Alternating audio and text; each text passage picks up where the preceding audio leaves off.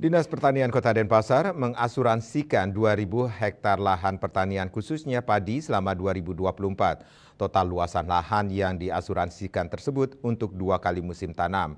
Sampai bulan September belum pernah ada gagal panen sehingga klaim asuransi pun tidak cair.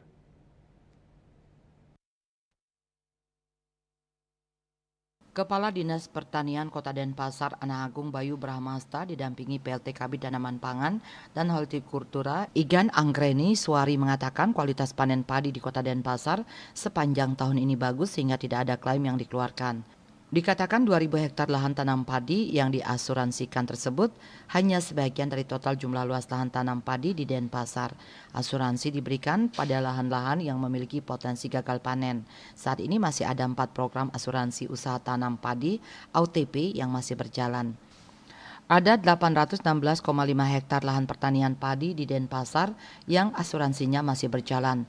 Program OTP ini terus berjalan ke depannya.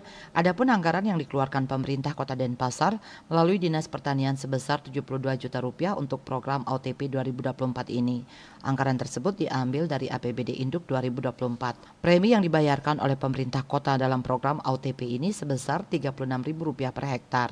Sementara Rp144.000 per hektar dibayarkan dari APBN. Nilai premi tersebut untuk 1 kali musim tanam hingga panen. Widya Stuti Bisnis Bali melaporkan.